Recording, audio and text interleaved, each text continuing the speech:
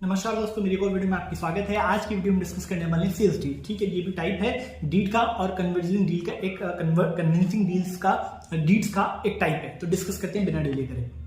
देखिए, सबसे पहले जान लेते हैं, जब भी कोई हम प्रॉपर्टी खरीदते हैं तो सबसे पहले क्या होता है, नेगोशिएशन होता है दो पार्टीज के बीच में। नेगोशिएशन होने के बाद वो क्या बोलता है कि ठीक है, आप और मेरे बीच में हो रहा है तो नेगोशिएशन होगा। आप बोलोगे जी मैं इतना दूंगा, मैंने एग्री कर लिया। फिर आप इसका 10% मुझे दे दोगे, ठीक है, आपने मुझे 10% दे दिया। 10% देने के बाद आपके मेरे बीच में एक एग्रीमेंट साइन होगा कि कब कब आप पेमेंट दोगे, ऑनलाइन दोगे, चेक से दोगे, कब डिलीवरी होगी, पोजीशन कब मिलेगा, ये सब कहानी इसमें लिख दी जाएगी। उसके बाद फाइनली सेल्स एग्रीमेंट बनने के बाद फाइनली आप मुझे पेमेंट दोगे, ठीक है, और सेल्स डीड साइन हो जाएगी। तो ये तो एक सेल का प्रोसेस होता है अमूमन।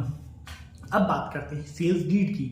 ठीक है, सेल्स डीड के अंदर तो लिखा होता है सब कुछ। चलिए अब सेल्स डीड की, तो मैंने आपको पहले ही बताया था कि डीड के अंदर सिर्फ 3 चीजों का ही भूमिका है।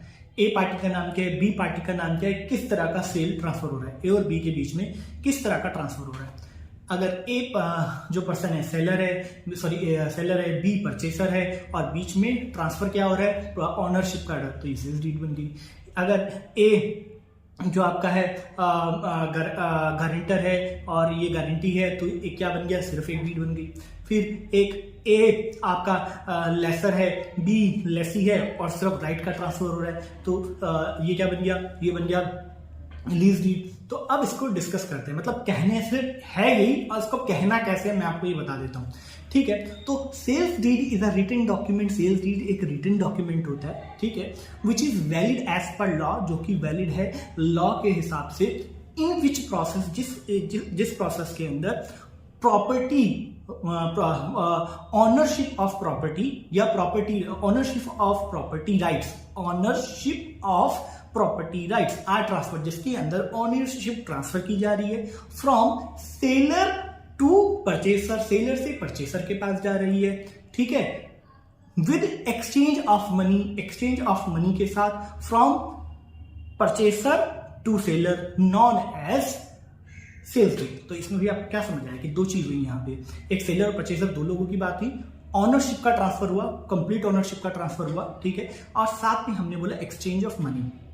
तो ये जो ऑनरशिप का ट्रांसफर हुआ और एक्सचेंज ऑफ मनी जो हुई, ये 2 चीज बता दी थी कि यहाँ पे, और सेलर परचेजर ये डीड क्या, सेल्स डीड, इसको सेल्स डीड बोलते हैं। तो सिंपल लैंग्वेज में sales deed is a written document and same is valid as per law in which property ownership right is transferred, property का ऑनरशिप राइट ट्रांसफर्ड होता है from seller to purchaser से with exchange of money from purchaser, with exchange of money seller paid to purchaser paid to seller, known as sales deed, इसे sales deed कहते हैं।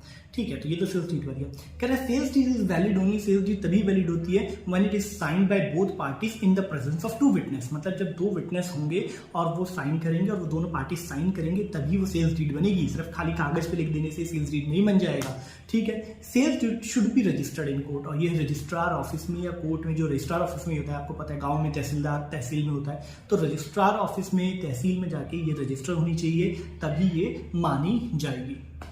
अब किस तरह का राइट ट्रांसफर हुआ इसके अंदर, सेल्स डीड के अंदर?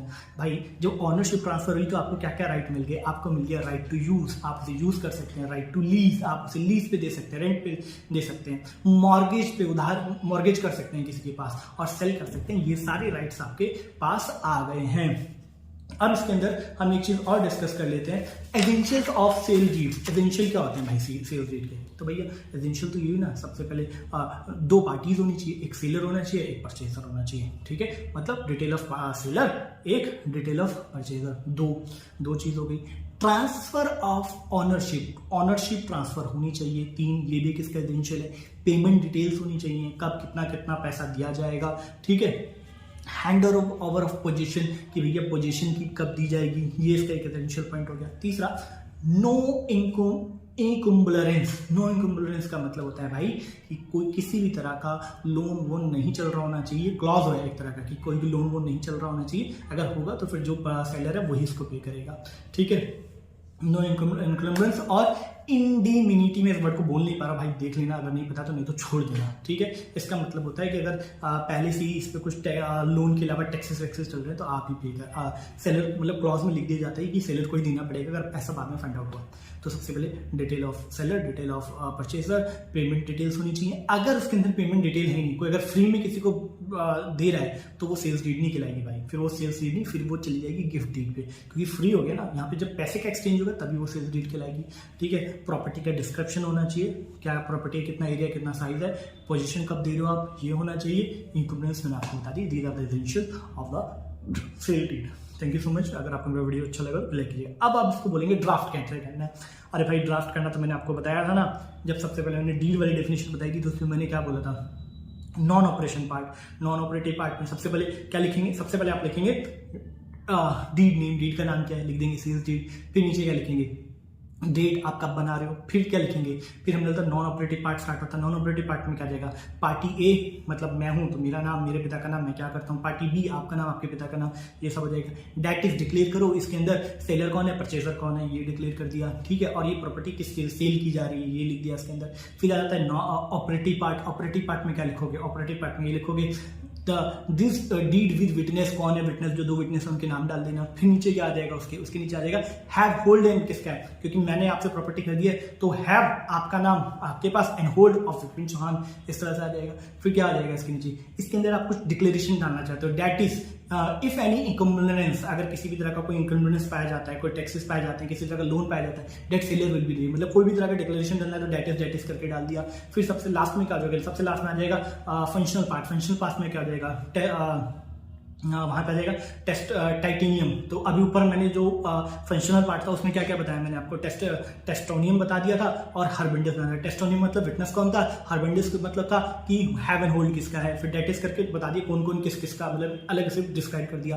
फिर अब जब मैं नॉन फंक्शनल पार्ट में आया, नॉन फंक्शनल पार्ट में क्या मिल जाएगा आपको, नॉन फंक्शनल पार्ट में आपको मिल जाएगा टेस्टोनॉमी, मतलब कौन विटनेस है, and signature of parties and witness, आपके सिग्नेचर, मेरे सिग्नेचर और विटनेस के सिग्नेचर। पोजीशन मतलब पार्सल, कब आप पोजीशन दे रहे हो, डिलीवरी।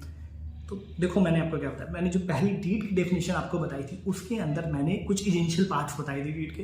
अगर आपको एजेंशियल पार्ट समझ आ गए, एजेंशियल पार्ट मतलब operative part, non operative part, operative part और फंक्शनल पार्ट, तो किसी भी तरह की डीड डिजाइन की जा सकती है। मतलब कोई फिक्स स्ट्रक्चर तो है नहीं, और जो स्टैंडर्ड फॉर्मेट अगर आपको पता है तो उसमें लिख के आप बना ही सकते हैं। Thank you so much, have a nice day. इसी तरह आप गिफ्ट डीड भी कर सकते हो साथ। अगर ये जो लास्ट की 4-5 लाइनें जो मैंने बोली थी डिजाइन कर ड्राफ्ट करने वाली, वो उसी बंदे को समझ आएगी जिसने मेरी पहले वाली वीडियो देखी। तो आपको रिक्वेस्ट करूंगा पहले वाली वीडियो देखो, डीड क्या है, डीड ड्राफ्ट कैसे करते हैं, तभी आप ये वाला वीडियो समझ पाएंगे। Thank you so much, have a nice day.